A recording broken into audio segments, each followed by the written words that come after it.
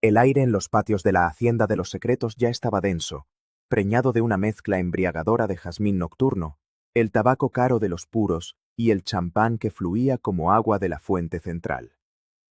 Una suave luz dorada, derramada desde faroles de hierro forjado y guirnaldas de luces suspendidas entre los arcos de cantera rosa, envolvía todo en un resplandor de cuento de hadas, un calor que, sin embargo, no lograba alcanzarme.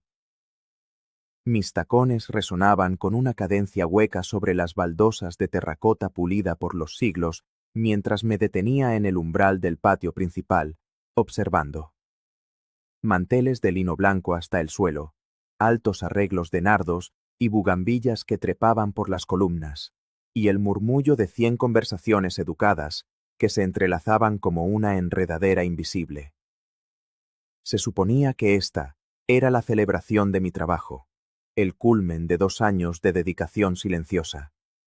Pero el comienzo de la noche me había relegado, una vez más, al papel de una extraña en mi propio triunfo, una sombra proyectada por el brillo de otros.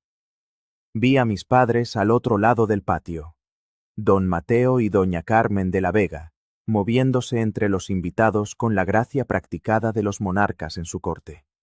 Sus apretones de manos eran firmes y breves, sus sonrisas calibradas para la cámara social que siempre parecía estar presente, aunque no hubiera ninguna. Parecían los anfitriones perfectos y, supongo, para todos los demás, lo eran. Pero yo conocía la arquitectura de esa fachada, las grietas ocultas bajo la pátina de perfección. Alisé el tejido de mi vestido, un simple corte de seda color medianoche, y erguí los hombros.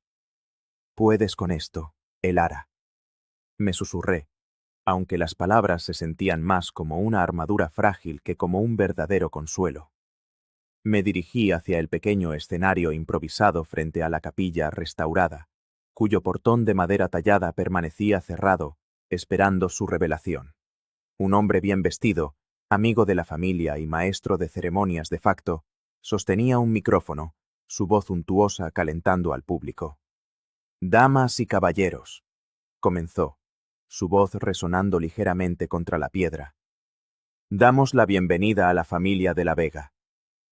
Mis padres ascendieron los 2 escalones, y fue entonces cuando mencionó a mi hermana mayor, Isolda.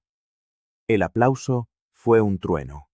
El hombre ensalzó su visión artística, su incansable dedicación a la preservación del patrimonio familiar, y su liderazgo innato en la restauración de la capilla. Don Mateo aplaudía como si Isolda acabara de ganar una medalla olímpica, y la sonrisa de doña Carmen iluminaba el patio, una baliza de orgullo materno. Luego, el maestro de ceremonias se volvió hacia mí. Y también con nosotros, su hermana menor, Elara, quien recientemente regresó de sus estudios en el extranjero. No pronunció mi nombre con el mismo énfasis. Mis padres no se movieron. Sonrieron educadamente, ofrecieron un aplauso corto y superficial, pero permanecieron sentados, como si la energía necesaria para ponerse de pie por segunda vez fuera un recurso demasiado valioso para malgastarlo en mí. En mi rincón del patio, el silencio fue casi absoluto, seguido por una débil oleada de aplausos que murió casi al instante, como una ola que se rompe demasiado pronto en la orilla. Mantuve la cabeza alta, caminando hacia el escenario con paso firme.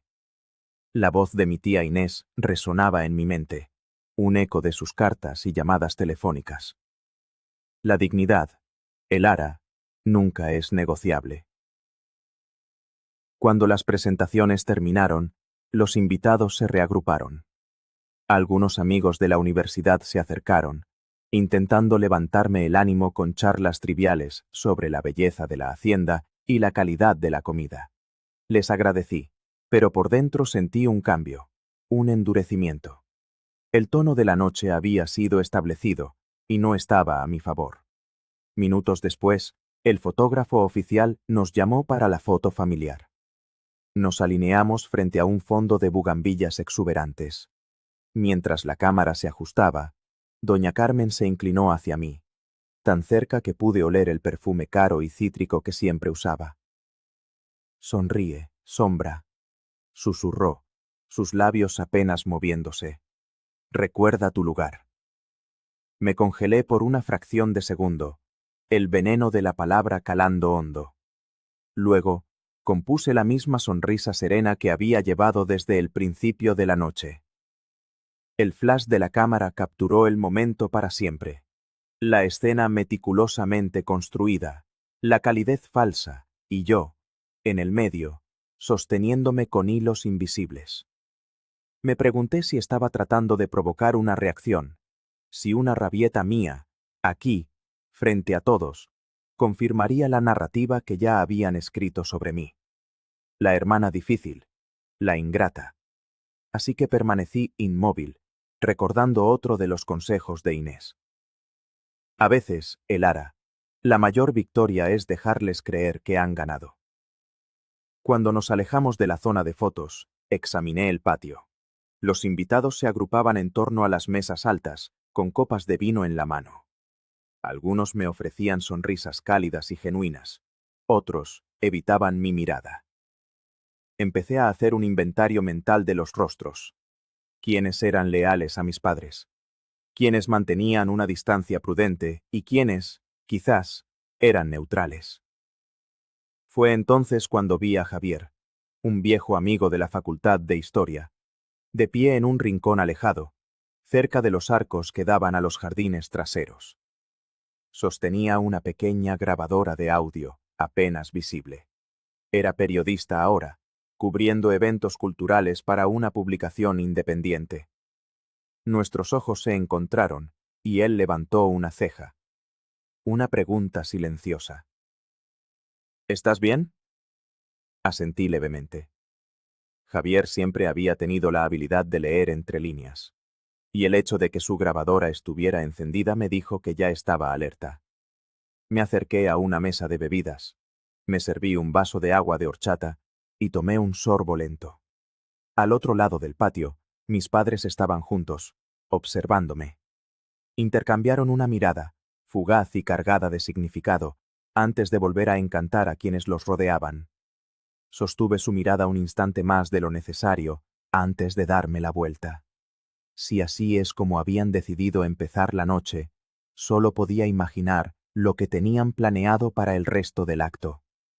El aplauso tras la presentación apenas se había extinguido cuando el maestro de ceremonias invitó a todos a tomar asiento para la cena. Me abrí paso entre la multitud, procurando no derramar el agua, asintiendo cortésmente a parientes y conocidos. La mayoría devolvía sonrisas que llenaban el vacío de las conversaciones sociales, pero no significaban nada. Algunos miraban hacia otro lado, ya absortos en sus propias charlas. El patio era un laberinto de mesas redondas cubiertas de lino blanco, adornadas con velas y delicados centros de mesa. Echaba un vistazo a las tarjetas de lugar, los nombres caligrafiados en tinta dorada. Cuanto más me acercaba a la parte trasera del patio, más claras resonaban las palabras de un viejo profesor. La disposición de los asientos es una declaración silenciosa de la jerarquía. Finalmente, encontré mi nombre. Mi mesa estaba situada justo al lado de las puertas dobles que conducían a las cocinas. Cada vez que un camarero entraba o salía, una ráfaga de calor y el estrépito de las bandejas de metal me golpeaban. El olor a ajo frito y a pescado a la plancha flotaba en el aire, no del todo desagradable, pero era difícil imaginar que algún otro invitado estuviera disfrutando de su comida con una banda sonora de gritos de chefs y el choque de la loza. Desde mi asiento, tenía una vista clara del centro del patio, donde Isolda estaba sentada junto a mis padres en la mesa principal, el lugar de honor. Se reía de algo que nuestro padre había dicho, echando la cabeza hacia atrás de una manera que hacía que su cabello captara la luz, una imagen digna de la portada de una revista. Ella florecía en estos ambientes. Un camarero pasó rozando mi silla. «Disculpe, señorita», murmuró, desapareciendo en la cocina. Me acerqué más a la mesa, reprimiendo el impulso de hacerme aún más pequeña. Si querían esconderme aquí, no iba a facilitarles el trabajo. Apoyé la mano sobre el lino fresco y respiré lentamente. Esto no era nuevo. Lo habían hecho antes, pero con más sutileza. El posicionamiento discreto, las omisiones silenciosas. Pero esta noche, todo era deliberado, una actuación para el público. Me dije a mí misma que habría mejores momentos para dejar mi huella, y que los aprovecharía. El primer plato estaba siendo servido cuando Isolda apareció a mi lado, con una copa de vino en la mano. Se inclinó con esa gracia y encanto que llevaba como un perfume. Su sonrisa era lo suficientemente cálida para los ojos de los extraños. «Disfruta de la vista desde aquí, hermanita», susurró, su voz baja y dulce como un veneno. «Te da una perspectiva única de todo lo que nunca tendrás». Encontré su mirada, dejando que sus palabras se asentaran. «Al contrario», respondí con ligereza. «Siempre me ha gustado la vista desde los márgenes. Se puede ver todo el tablero de juego con más claridad». Noté cómo su sonrisa se tensaba por una fracción de segundo antes de que sacudiera su cabello y regresara a su mesa, claramente satisfecha con su pequeña estocada. Eché un vistazo al patio. Un primo, a 2 mesas de distancia, sonreía con aire de suficiencia. Una tía abuela miraba fijamente su plato, como si no hubiera oído nada. Pero Javier, apoyado en una columna cerca de la pared del fondo, había observado el intercambio con una expresión que decía: «Lo vi todo». Me dio un leve asentimiento, un recordatorio de que no todos en este patio estaban en mi contra. Tomé otro sorbo de agua, dejando que su frescura me calmara. La noche era joven, y a juzgar por el primer acto, tenían más sorpresas guardadas. Me pregunté cuántos pequeños cortes más intentarían infligir antes de que cayera el telón. La cena fue servida, pero apenas toqué la comida. Sentada junto a las puertas de la cocina, movía perezosamente el tenedor sobre un filete de robalo con verduras asadas, escuchando a medias el zumbido de los cubiertos y las conversaciones. Un trío de guitarras en un rincón tocaba algo suave y melancólico, casi ahogado por el constante batir de las puertas y las olas de calor. Al otro lado del patio, mis padres estaban inclinados sobre un hombre al que reconocí de inmediato. El doctor Morales, un eminente historiador de arte y curador del Museo Nacional, con quien me había reunido hacía un mes. Había sido cortés y se había mostrado genuinamente interesado en mi investigación sobre las técnicas de pigmentación del siglo XVII que había descubierto durante la restauración de la capilla. Hacía 2 semanas me había dicho que estaba preparando un artículo para una prestigiosa revista de arte sobre el tema. La curiosidad me venció. Cuando pasó un camarero, me levanté y me dirigí hacia su mesa, manteniéndome en el borde para no parecer intrusiva. Y entonces lo vi. Sobre la mesa, entre ellos, había una carpeta de cuero abierta. Dentro, vi mis propios bocetos, mis notas meticulosamente investigadas, las fotografías del proceso de análisis de los pigmentos que había dirigido durante meses. Solo que el nombre, en una pequeña placa de presentación junto a la carpeta, no era el mío, era el de Isolda. Un calor agudo y amargo me subió por el pecho.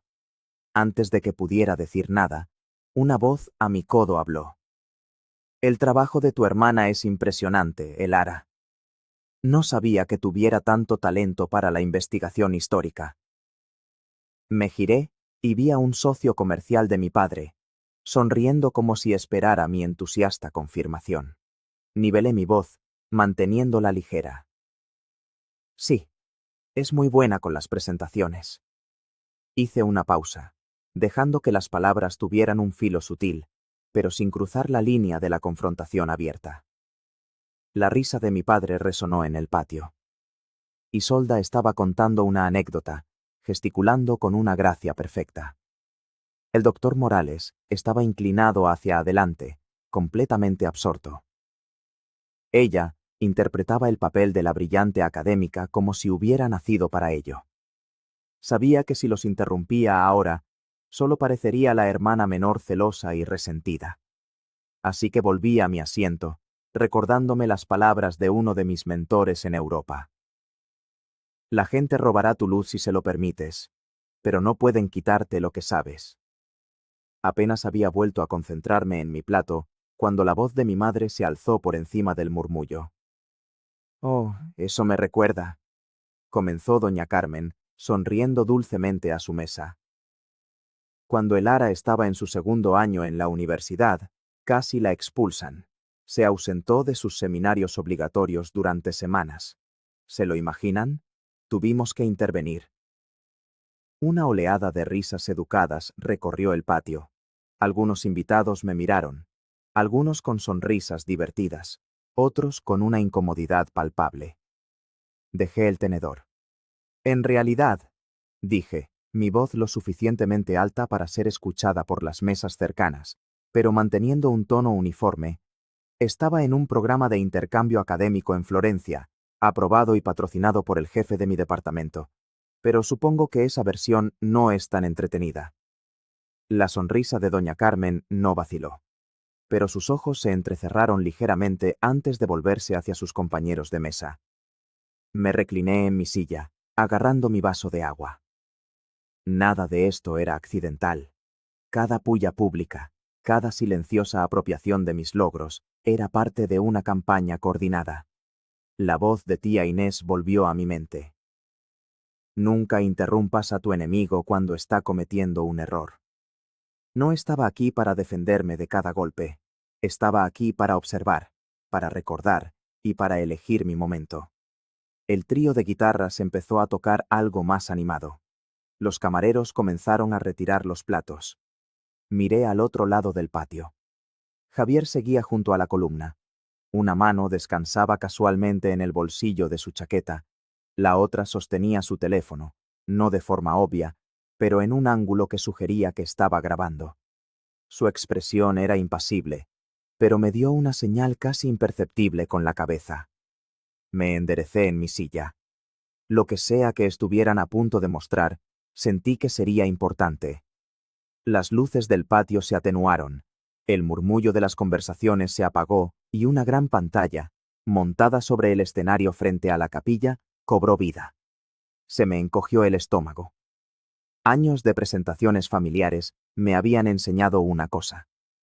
Nunca se trataba de un simple y sentimental pase de diapositivas. Eran narrativas cuidadosamente construidas. Una suave música de piano comenzó a sonar desde los altavoces, y las imágenes empezaron a sucederse. Mañanas de Navidad, fotos de vacaciones en la costa, cenas de aniversario. Los años pasaban en fragmentos seleccionados. El cálido resplandor de la presentación no podía ocultar la fría verdad de la omisión. Empecé a contar. Una Navidad sin mí. 2. Un cumpleaños en el que sabía que había estado, pero la foto solo mostraba a mis padres y a Isolda. Luego, apareció una imagen que me dejó sin aliento. Era mi foto de graduación de la preparatoria. Recordaba el momento vívidamente. Estaba de pie con mi toga y birrete, rodeada de mis compañeros de clase, con mi familia a un lado. Pero en la pantalla, la foto de grupo había sido recortada digitalmente, dejando solo a Isolda sonriendo, sosteniendo mi diploma como si siempre hubiera sido suyo. Cuando te borran del encuadre, pensé, le están diciendo a todo el mundo que nunca fuiste parte de la historia. Algunos invitados me miraron de reojo. Una prima mayor frunció el ceño. Su mirada se detuvo un poco más de lo normal. Otros desviaron la vista. Mantuve una expresión neutra, ocultando la herida donde no pudieran verla. Reaccionar ahora no serviría de nada. Cada omisión se estaba convirtiendo en parte de mi propio y silencioso recuento. La música se desvaneció y mi padre se levantó para hacer un brindis. Comenzó con las amabilidades habituales, agradeciendo a todos por su presencia. Luego, su tono cambió sutilmente.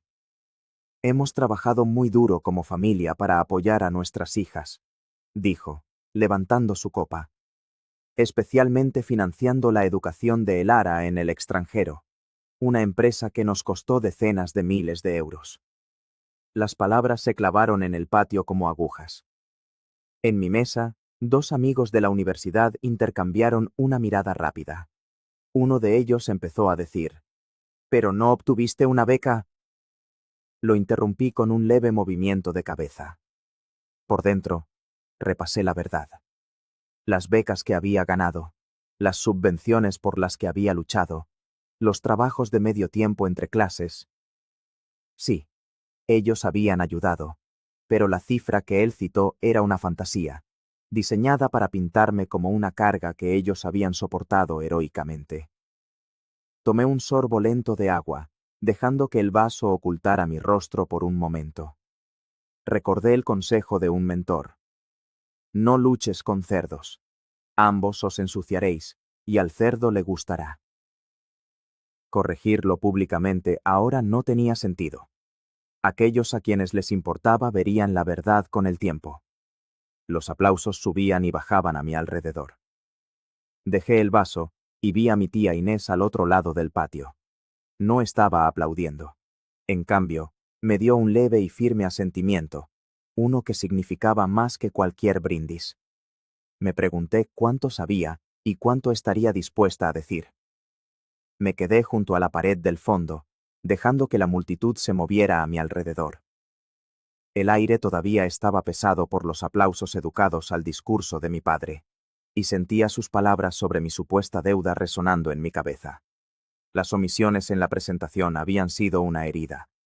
La reescritura pública de mi vida era la sal. Un par de amigos pasaron, apretándome el brazo ligeramente. Sus sonrisas fueron breves, casi de disculpa, como si supieran que estar demasiado cerca de mí podría convertirlos en un objetivo en el próximo juego familiar. No los culpé. Nadie quiere ser un daño colateral. Junto a la mesa de postres, un grupo de socios comerciales de mi padre se demoraba sobre el mousse de chocolate y las copas de Oporto. Uno de ellos, a quien había conocido una vez en una gala benéfica, se volvió hacia mí con una sonrisa de complicidad.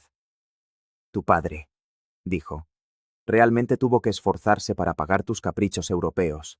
Espero que haya valido la pena. La risa del grupo fue ligera, pero me golpeó como una bofetada. Dejé mi copa antes de responder. En realidad, dije, manteniendo mi tono cálido pero inflexible, la mayor parte de mis estudios fue cubierta por la beca de investigación Cervantes y una subvención de la universidad. Trabajé en 2 empleos para cubrir el resto. La contribución de mi padre fue apreciada, pero digamos que a veces la gente gasta más en la historia que en la realidad. Mis palabras quedaron suspendidas entre nosotros, y por un momento, la sonrisa del hombre vaciló. Otros 2 intercambiaron una mirada. Sus ojos decían que habían captado más en mi tono que una simple aclaración. Por encima de su hombro, vi a mi padre observando desde el otro lado del patio, su mandíbula ligeramente tensa. El cambio en la atmósfera fue casi imperceptible, pero definitivo. Las conversaciones a nuestro alrededor parecieron bajar un decibelio, como si todos sintieran que la temperatura había bajado 1 grado. Isolda se acercó, toda pulida y encantadora, y comenzó a contar una historia sobre uno de sus clientes, para desviar la atención.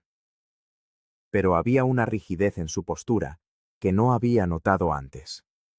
Aproveché el momento para alejarme, pero antes de que pudiera volver a mi mesa, mi madre me interceptó.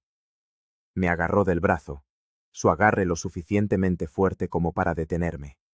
Su sonrisa estaba fija, la de la anfitriona perfecta para los ojos del público. Pero su voz era un susurro bajo con un borde de acero. No te atrevas a montar una escena esta noche, Elara. Te arrepentirás. Encontré su mirada, dejando que el silencio se alargara lo justo para que ella lo sintiera. Una escena, madre, dije con calma. Es simplemente la verdad con mejor iluminación. Su sonrisa no desapareció, pero los músculos alrededor de sus ojos se tensaron. Soltó mi brazo y se deslizó por el patio, reanudando su ronda como si nada hubiera pasado. Me quedé allí un momento, sintiendo cómo la presión de toda la noche comenzaba a acumularse. Cada foto recortada, cada puya pública, cada borrado casual. Me di cuenta de que estaba cansada de jugar a la defensiva. Habían estado preparando el escenario toda la noche. Era hora de que empezara a pensar en cómo darle la vuelta al guión. Las palabras de mi abuela materna, a quien apenas recordaba pero cuyas historias contaba tía Inés, vinieron a mi mente. Cuando alguien te muestra quién es, créelo a la primera. Les creía ahora, y no iba a olvidar nada de lo que había visto. Al escanear el patio, volví a ver a Javier. Esta vez, no solo estaba observando. Levantó ligeramente su teléfono, la pantalla reflejada en sus gafas. Cuando nuestras miradas se encontraron, me dio un asentimiento casi imperceptible, como si estuviera sosteniendo algo que necesitaba ver. Todavía no sabía si este era el momento que había estado esperando, pero estaba lista si lo era. Apenas me había alejado de la mesa de postres cuando vi a mi tía Inés dirigiéndose hacia mí. Se abría paso entre la multitud con una gracia deliberada. Su sonrisa era educada, pero sus ojos estaban fijos en los míos. Cuando llegó a mi lado, no se detuvo para intercambiar trivialidades. En cambio, su mano rozó la mía, dejando un pequeño sobresellado en mi palma. Ni una palabra, solo una mirada firme que decía, más tarde. Me deslicé fuera del patio principal, intentando no llamar la atención. Las puertas de un pequeño estudio que daba a los jardines traseros estaban entreabiertas, dejando entrar una brisa fresca perfumada con dama de noche. Entré en el rincón oscuro y abrí el sobre. Dentro había fotocopias, cartas de aceptación de becas, confirmaciones de subvenciones, recibos de matrícula con mi nombre y número de estudiante. Cada documento contaba la verdad. Me había abierto camino por mi cuenta, paso a paso. Una nota con su caligrafía elegante estaba encima. Por si acaso van demasiado lejos. Mi pulso se estabilizaba. Hasta ahora, solo había estado reaccionando, absorbiendo cada golpe y decidiendo cuándo devolverlo. Esto era diferente. Se sentía como la primera jugada real en mi propio tablero. Guardé los papeles de nuevo en el sobre y lo metí en lo más profundo de mi bolso. No se esperarían esto. Cuando volví al patio, estaba lleno de risas, el tintineo de copas y el zumbido de conversaciones que llena una habitación justo antes del siguiente acto. Mis padres estaban de pie con la organizadora del evento, una prima lejana llamada Valeria. La mano de don Mateo descansaba sobre el hombro de Valeria, pero ella estaba inclinada, como si estuvieran conspirando sobre algo importante. Javier apareció a mi lado. ¿Oíste lo de las invitaciones?, preguntó en voz baja. Fruncí el ceño. ¿Qué pasa con ellas? La tuya, dijo. Indicaba una hora de inicio media hora más tarde que las demás. Varios invitados me han dicho que pensaban que llegaban temprano, pero cuando llegaron, las primeras fotos ya se habían hecho. Hizo que pareciera que llegabas tarde a tu propia fiesta. La comprensión me golpeó con la fuerza de una certeza inevitable. La llegada tardía, la falta de mi nombre en la presentación, las omisiones en el documental. No estaban simplemente improvisando esta noche. Habían construido una secuencia. Están jugando a largo plazo, dijo Javier. Entonces cambiaré las reglas del juego, respondí. La orquesta empezó a tocar algo ligero. Los camareros comenzaron a colocar las copas para el brindis final. Miré hacia el centro del patio. Mi padre consultó su reloj y luego miró a mi madre, quien asintió levemente a Valeria. Era una señal, una que no notarías a menos que la estuvieras buscando. Y yo la estaba buscando. Fuera lo que venía a continuación, iba a estar un paso por delante. Desde mi asiento, vigilaba con un ojo las copas de champán y con el otro a mis padres.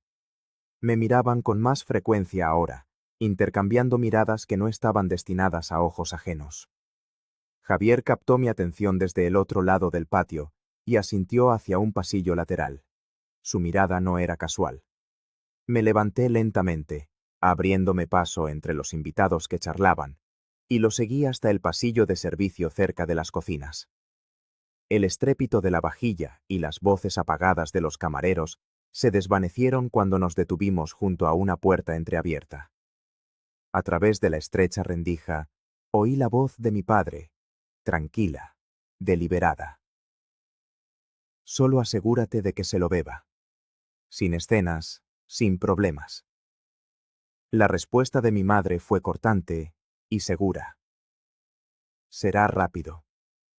Simplemente parecerá que el champán se le ha subido a la cabeza. Luego, la voz reconocible de Valeria. Daré la señal para el brindis en cuanto vuelva.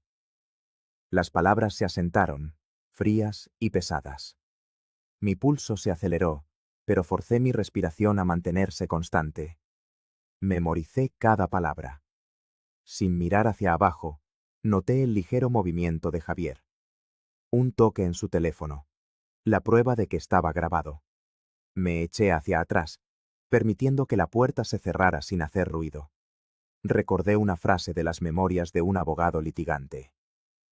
Nunca entres en una pelea sin las pruebas en el bolsillo. Cuando volvimos al patio, mantenía la misma sonrisa tranquila que había llevado toda la noche. Los invitados aplaudían en una de las mesas centrales. Isolda estaba allí, entregando un regalo elegantemente envuelto al doctor Morales, quien sonreía mientras lo desenvolvía. Me llevó menos de un segundo reconocer el regalo. Una primera edición encuadernada en cuero de un tratado sobre arte virreinal que había pasado meses buscando en una pequeña librería de Oaxaca. Había incluido una nota, escrita a mano en papel crema, ahora desaparecida. Lo busqué por todas partes, le decía Isolda a la mesa, su voz llena de autocomplacencia. Sabía que era el regalo perfecto. Los aplausos volvieron a arremolinarse. Me quedé en mi sitio, aplaudiendo educadamente. Por fuera, nada había cambiado. Por dentro, lo anoté en la cuenta. Otro robo. Vestido con una sonrisa y envuelto con un lazo. Las luces se atenuaron ligeramente, y Valeria tomó el micrófono. Su vestido de lentejuelas captaba los destellos. Comenzó a agradecer a los invitados por una noche inolvidable. Sus palabras fluían con una facilidad ensayada. Apreté mi bolso con más fuerza. Si iban a tender una trampa, descubrirían que yo estaba preparada para darle la vuelta. La voz de Valeria se derramaba desde el escenario, suave y brillante. Y antes de concluir esta maravillosa velada, levantemos nuestras copas por la mujer de la noche, la visionaria detrás de la restauración de nuestra amada capilla. Isolda. Los camareros se deslizaron entre las mesas, colocando copas de champán.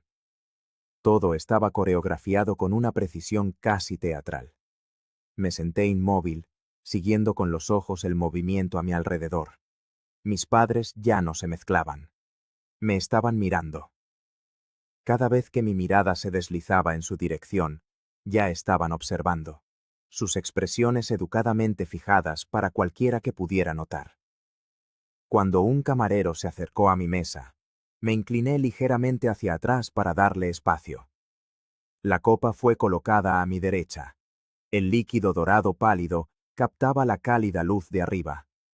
Un momento después, don Mateo apareció, sonriéndome desde arriba, como si estuviera comprobando que todo estaba bien. Su mano se extendió hacia mis cubiertos, como si hiciera un pequeño ajuste, y con el rabillo del ojo, lo vi. Algo pequeño, casi invisible, cayó en mi champán. Un ligero siseo recorrió la superficie y desapareció. No me inmuté. No parpadeé. La grabación de Javier era mi seguro, pero el resto dependía de mí. Toqué ligeramente el pie de la copa, sintiendo su frío. Me levanté lentamente, alargando el momento, y miré hacia la mesa de Isolda. Ella se reía con una pareja a su lado, con la cabeza inclinada, ajena a todo lo que no fuera su propio resplandor. Di unos pasos hacia ella. Con la copa en la mano, mi voz fue lo suficientemente alta como para que los de las mesas cercanas la oyeran. Isolda, parece que te han dado mi copa. La tuya probablemente esté más caliente. Ella levantó las cejas. ¿En serio, Elara? Estás muy exigente esta noche. Ya me conoces, dije con una sonrisa que no llegó a mis ojos. Ella se rió con ligereza, intercambiando las copas sin dudarlo. La gente de alrededor sonrió, asumiendo que era una broma inofensiva entre hermanas. Volví a mi asiento, levantando la copa ahora segura mientras Valeria daba la señal para el brindis. Mi mirada recorrió el patio. Isolda tomó un generoso sorbo. La mandíbula de don Mateo se tensó casi imperceptiblemente. El rostro de doña Carmen estaba congelado, pero sus ojos estaban vacíos. El brindis continuó. Las voces se mezclaron. Las copas tintinearon. La risa de Isolda se unió a ellas, pero solo por un momento. Luego se cortó, y su mano se posó sobre la mesa para estabilizarse. En mi cabeza, las palabras eran tranquilas, mesuradas. El reloj había empezado a correr. Isolda dejó su copa, todavía sonriendo por algo que el hombre a su lado había dicho, pero el sonido se apagó como si alguien hubiera tirado de un cable. Su sonrisa se congeló. Sus ojos parpadearon rápidamente. Se movió en su silla, apoyando una mano en la mesa, y luego intentó ponerse de pie. Sus piernas no le obedecieron. Se tambaleó, agarrándose al mantel, pero en su lugar enganchó el borde de un plato. Los cubiertos cayeron al suelo con estrépito, un tenedor girando sobre el mármol como una moneda. Un jadeo recorrió el patio. Las sillas chirriaron mientras varios invitados se ponían de pie. Don Mateo estuvo a su lado en un instante, con una mano en su espalda, la otra agarrando su antebrazo. Isolda, mírame. Estás bien. Solo siéntate. Su voz era lo suficientemente alta como para que los más cercanos oyeran la preocupación. Doña Carmen se apresuró desde el otro lado, presionando una mano en el hombro de Isolda. Su rostro era un cuadro perfecto de angustia maternal. Cariño, respira. Debes haberte levantado demasiado rápido. Pero yo lo vi. El destello fugaz de pánico en sus ojos, la comunicación silenciosa que no coincidía con sus palabras. Me quedé en mi asiento, mi postura relajada, mi copa en la mano. Por fuera, era una observadora silenciosa, pero por dentro, sentía cómo la corriente cambiaba. Los susurros en el patio crecían, las miradas se movían de Isolda a mí y de vuelta. Tomé nota de cada uno de ellos. Valeria flotando en la periferia, el doctor Morales frunciendo el ceño como si estuviera armando un rompecabezas, las dos primas que me habían evitado toda la noche, ahora mirando como si hubieran estado esperando esto. Entonces, Javier estuvo a mi lado, acercándose con la facilidad de alguien que pertenece allí. No se sentó. En cambio, se inclinó, sosteniendo su teléfono de manera que solo yo pudiera ver la pantalla. «Deberías ver esto», murmuró. El vídeo era nítido. La mano de don Mateo, dejando caer algo en mi champán mientras fingía ajustar un tenedor. El ligero remolino en la copa. Luego yo, caminando hacia la mesa de Isolda, la sonrisa, el intercambio de copas, su sorbo sin vacilar. Todo en una secuencia perfecta. Dejé que el teléfono descansara en mi palma, mi pulgar suspendido sobre la pantalla. Podría terminarlo todo aquí mismo, ponerme de pie, alzar la voz, mostrar a todos lo que había sucedido. Sería rápido, decisivo, pero también caótico, y ellos lo tergiversarían antes de que el shock se asentara. No. Era mejor dejarles pensar que todavía tenían el control. Cuanto más tiempo lo creyeran, más dura sería la caída. Isolda ya estaba sentada, presionando una servilleta contra sus labios, su rostro pálido. Un camarero se apresuró hacia la entrada principal, llamando a los servicios médicos. Al otro lado del patio, don Mateo se inclinó hacia doña Carmen, hablando en voz demasiado baja para que nadie la oyera. Sus ojos se lanzaron hacia mí por un instante antes de volver a Isolda. Me incliné hacia Javier, devolviéndole el teléfono sin mirar hacia abajo. «Guarda eso», dije en voz baja. «Aún no hemos terminado». El patio era un caos controlado. La mitad de los invitados se estiraba para ver qué pasaba con Isolda. La otra mitad susurraba con incredulidad conmocionada. Los paramédicos se abrían paso entre la multitud, sus maletines balanceándose. Los camareros intentaban retirar los platos sin llamar la atención. Era la distracción perfecta. Me levanté de mi asiento con una calma que desmentía la electricidad que corría bajo mi piel. Este era el momento. Me dirigí a la cabina del técnico de sonido y vídeo, escondida en un rincón. Mis tacones no hacían ruido sobre la alfombra. El técnico levantó la vista, sorprendido, cuando le puse una pequeña memoria USB en la mano. «Pon esto», le dije en voz baja, sosteniendo su mirada hasta que asintió. La pantalla sobre el escenario parpadeó. La imagen final del documental familiar desapareció. En su lugar, apareció otro vídeo, uno mucho menos halagador para mi familia. Primero, la grabación de Javier, la voz de mi padre, luego la de mi madre, conspirando con Valeria. Sin escenas, sin problemas. Simplemente parecerá que el champán se le ha subido a la cabeza. El sonido en el patio se fracturó. Jadeos, susurros agudos. Luego, la pantalla cambió a una nueva imagen, esta desde un ángulo de seguridad que Javier debió haber conseguido. Don Mateo, inclinado sobre mi asiento. Su mano flotando, como si ajustara un tenedor. Luego, la ligera inclinación de sus dedos. El contorno granulado de un pequeño sobre de papel disolviéndose en el líquido dorado de mi champán. El ligero siseo. Luego yo, caminando hacia la mesa de Isolda, sonriendo.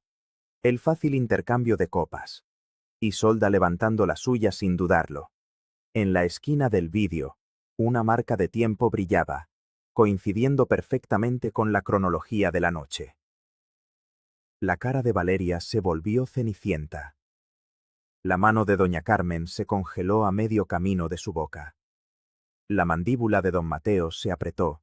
Su expresión se congeló, pero no se movió. En algún lugar de la parte de atrás, una voz cortó el ruido. Eso es un intento de envenenamiento. Los teléfonos aparecieron en las manos como por arte de magia. Las pantallas se iluminaron, grabando, enviando mensajes. Los paramédicos se detuvieron, sus miradas moviéndose entre Isolda y la enorme pantalla. Sus ojos se entrecerraron. Entonces, por encima del creciente alboroto, se oyó la voz de mi tía Inés. Y yo tengo los documentos que prueban que el ARA financió su propia investigación, y que estos dos han estado mintiendo a todos los presentes durante años. Las cabezas se giraron mientras ella daba un paso adelante, sosteniendo el mismo sobre que me había dado. Lo abrió a la vista de todos. Los papeles crujieron bajo la luz. Las becas, las subvenciones, los registros bancarios. La verdad que se habían esforzado tanto por enterrar. Una corriente eléctrica pareció recorrer el patio. La gente que se había mantenido neutral toda la noche se apartó de don Mateo y doña Carmen. Sus rostros pasaron de la cortesía a la cautela, y luego al horror. Di un paso adelante, mi voz firme y clara. Toda mi vida me han dicho que guarde silencio. Esta noche, han visto por qué. Porque mi silencio era su victoria. Dejé que las palabras quedaran suspendidas, su peso asentándose en el aire, antes de retroceder. Las pruebas en la pantalla, los documentos en las manos de Inés, ahora hablaban por sí mismos. Por las puertas aparecieron dos policías uniformados, escudriñando a la multitud en busca de los nombres que acababan de grabarse en la memoria de todos. Mis padres se volvieron el uno hacia el otro. Sus miradas se encontraron por un instante. Una conversación silenciosa pasó entre ellos. Luego, los oficiales avanzaron. El patio todavía zumbaba por el shock del vídeo. Las voces bajaron a susurros cuando mi nombre, o el de mis padres, surgía en las conversaciones. Algunos evitaban mi mirada, de repente fascinados por sus copas medio vacías. Otros me daban un leve asentimiento, un reconocimiento silencioso de aquellos que habían estado observando atentamente toda la noche. Los dos oficiales se acercaron con una resolución profesional, uno hacia mi padre, el otro hacia mi madre, separándolos con una eficiencia practicada. La voz de don Mateo era baja, tensa, mientras discutía en susurros. La compostura de doña Carmen comenzó a resquebrajarse, su sonrisa convirtiéndose en algo afilado y frágil. Me dirigí a la mesa principal. Las conversaciones se apagaron a mi paso, y luego cesaron por completo. Cada paso que daba atraía más atención. Cuando llegué al centro, coloqué sobre la mesa el pequeño paquete que había llevado conmigo. Las llaves de la casa de mi infancia. Un relicario con el escudo de la familia que les encantaba exhibir en eventos formales, y un sobre con una renuncia firmada a todos los activos compartidos. «Esto es vuestro», dije. Mi voz era tranquila, pero resonaba en el silencio. Yo me quedo con mi nombre, mi tiempo y mi vida. El silencio que siguió fue palpable. En algún lugar de la parte de atrás, una voz murmuró: «Bien hecho». Tía Inés, de pie en el borde de la multitud, sonrió con aprobación, como si hubiera estado esperando este momento durante años. Javier, siempre alerta, levantó ligeramente su teléfono, capturando la escena. Miré los objetos sobre la mesa. Durante tanto tiempo, habían sido símbolos de pertenencia, incluso de orgullo. Ahora, no eran más que anclas. El alivio que sentí no provino de su ausencia. Provino de la renuncia a lo que representaban. Las palabras de mi abuela volvieron con claridad, como si estuviera a mi lado. No te prendas fuego para mantener a otros calientes. Había estado ardiendo en silencio durante años, pensando que la resistencia era lo mismo que la lealtad. Me di la vuelta y caminé hacia la salida, sin prisa, sin retroceder. Cada paso era deliberado. Detrás de mí, el zumbido de las preguntas de la policía comenzó a aumentar de nuevo. No miré hacia atrás. Cuando llegué a las puertas de cristal del vestíbulo de la hacienda, vi mi reflejo. Los hombros hacia atrás, la cabeza alta. Apenas reconocí a la mujer que me devolvía la mirada, pero me gustaba más que la que había entrado unas horas antes. Afuera, el aire nocturno me envolvió, fresco y limpio. Javier me alcanzó, caminando a mi lado. «Sabes que esto no ha terminado», dijo en voz baja. Eché un vistazo a las ventanas iluminadas del patio. «Lo sé», respondí. «Pero ahora, empieza en mis propios términos». Una semana después de la fiesta, el aire en el Jardín de la Unión de Guanajuato se sentía diferente, abierto, limpio, despojado del peso que había cargado durante años. El sol de la tarde proyectaba un brillo dorado sobre las fachadas de colores de los edificios coloniales. Caminé lentamente, con las manos en los bolsillos de mi abrigo, dejando que el murmullo de la ciudad ahogara los recuerdos del tintineo de copas y las sonrisas forzadas. A la mañana siguiente del evento, el vídeo estaba en todas partes. Javier lo había enviado a un contacto en un periódico nacional antes incluso de salir de la hacienda. Y para el desayuno, los canales de noticias lo reproducían junto con titulares que hacían que mi apellido se sintiera como el de un extraño. La imagen meticulosamente construida de mis padres se había hecho añicos en cuestión de horas. Las consecuencias legales fueron las primeras en llegar. Los cargos de intento de agresión y conspiración se presentaron antes del fin de semana. El estado de Isolda se estabilizó.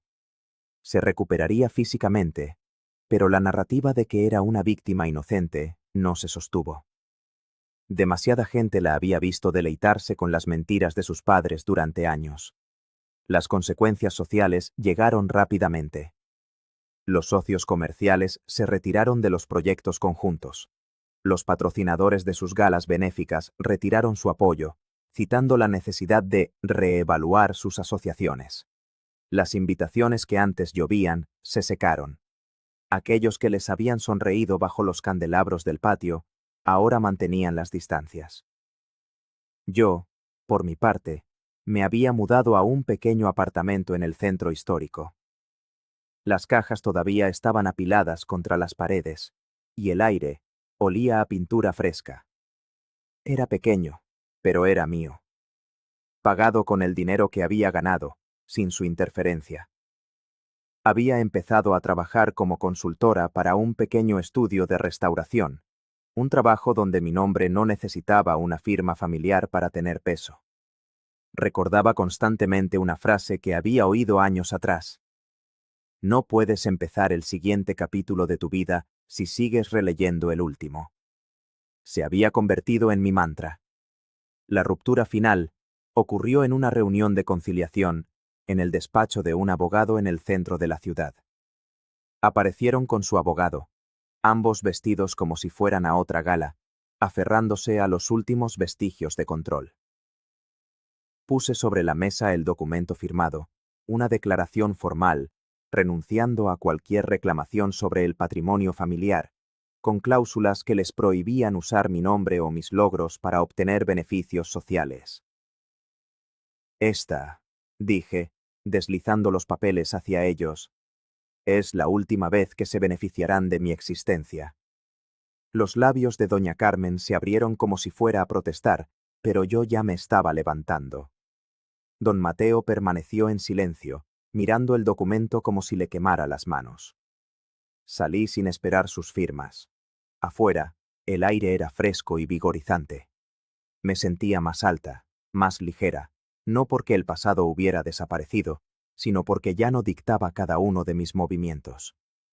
Había luchado la batalla, y esta vez había ganado en mis propios términos.